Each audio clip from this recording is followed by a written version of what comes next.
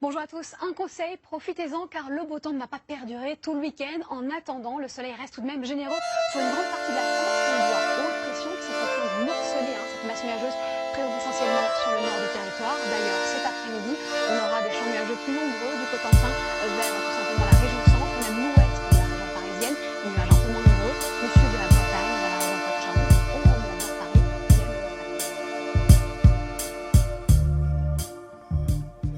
Nous sommes en 2022, en l'an 0 après l'adoption du texte sur la AH.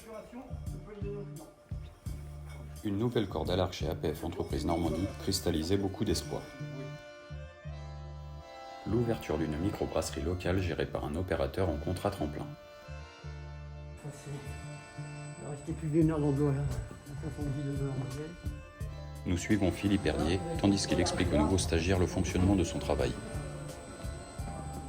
Je ferme la vanne, je vais rebaisser la poutre.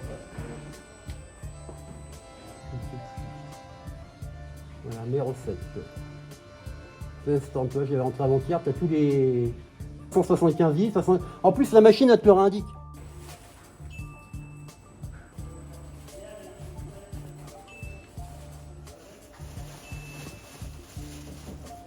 Alors, je suis là, c'est une fois qu'il est mis, tu vas rebrasser tranquillement avec la pète ça. Embauché depuis octobre 2021, celui que l'on surnomme avantageusement le couteau suisse détaille avec la pédagogie qu'il caractérise les étapes concourant à la fabrication d'une bonne bière. La première chose à faire, c'est ton cassage. Il y a deux boulots qui tournent en même sens et ça écrase le grain. Ça permet d'ouvrir pour récupérer les sucres. D'accord. Et après, on va faire l'empâtage. L'empâtage se fait dans le cube quand elle est chaude, une certaine température avec un panier. D'accord. L'empâtage, ça consiste simplement pendant un certain temps à libérer les sucres dont on a besoin dans le malt pour faire la bière. Ensuite, on fait la filtration. Et après, on va lever notre panier. Donc, tous les sucres qui restent dedans, par gravité, le panier va se vider. On va utiliser cette eau pour rincer notre panier.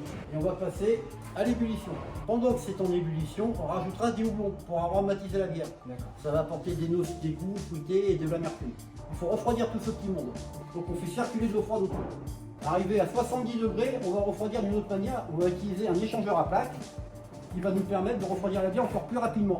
Pour faire ce qu'on appelle le transfert dans la cuve de fermentation.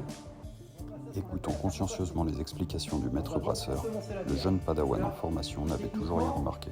C'est de la bière sans en être, ça devient de la bière à partir du moment où tu mets de la levure. On mettra une quantité de levure qu'on aura calculée. Moi je vais la programmer à 20 degrés pour qu'elle puisse fermenter tranquillement. On va passer à la phase de recyclage. Le principe est très simple, c'est de sucrer la bière. Pourquoi sucrer la bière? Parce que si on la met comme ça telle quelle dans des bouteilles, quand tu ouvriras ta bière, elle n'aura pas de pétillant. Il n'y a plus de gaz. Donc on va refaire du gaz, on va mettre du sucre dans la bière. Et le peu de levure qui reste dans la bière va quand même bouffer le sucre. Et le sucre va être dégradé en CO2, en oxyde de carbone. Donc ça sera dans ta bouteille quand tu l'ouvres, le fameux psh, tout se transforme. Voilà, tout se transforme. On va remplir les bouteilles, on va faire du remplissage. On mettra des bouteilles, et donc quand tu mets ta bouteille, il y a un système, il y a une pompe, ça aspire le tuyau. Ça aspire dans le tuyau et ça vient remplir ta bière. Elle devine automatiquement. Et elle se ferme automatiquement. Philippe a passé 25 ans dans le BTP, et pourtant il maitrise tous les aspects de son métier.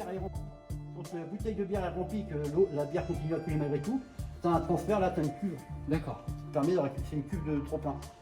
On passe à la phase d'encapsulage. Donc on a une machine dans laquelle on ira mettre notre bière.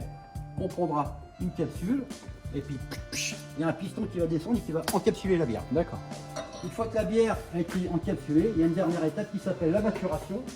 Ça dure une quinzaine de jours. Tu laisses ta bière à une température entre 15 et 20 degrés pendant 15 jours minimum. Et le sucre que l'on a mis dedans, il va être mangé par les dernières levures. D'accord. Et ça va faire, tu vas avoir du dioxyde de carbone là-dedans et une certaine pression. Ok. Et quand tu ouvres ta bouteille pour la boire, la pression se libère et ça fait remonter toutes tes bulles, ça fait ce qu'on appelle la mousse. D'accord. Voilà.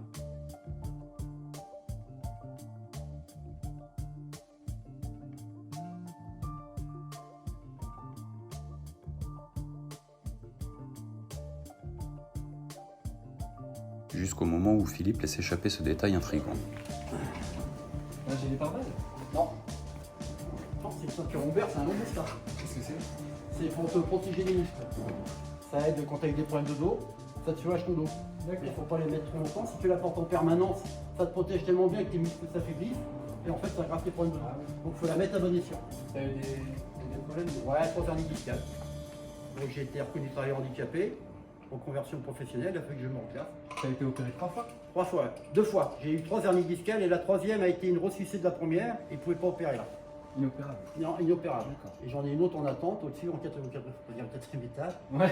En fait, j'ai 3 étages, j'ai 3 hernies plus un nodule. C'est une petite hernie discale qui Eh ben, on ne dirait pas. On a fait une moustache, on va dire, elle est excellente cette bière. C'est ce que je disais, on va y aller avec une dizaine de personnes en ligne. Un handicap, ça n'est pas toujours visible comme le nez au milieu de la figure.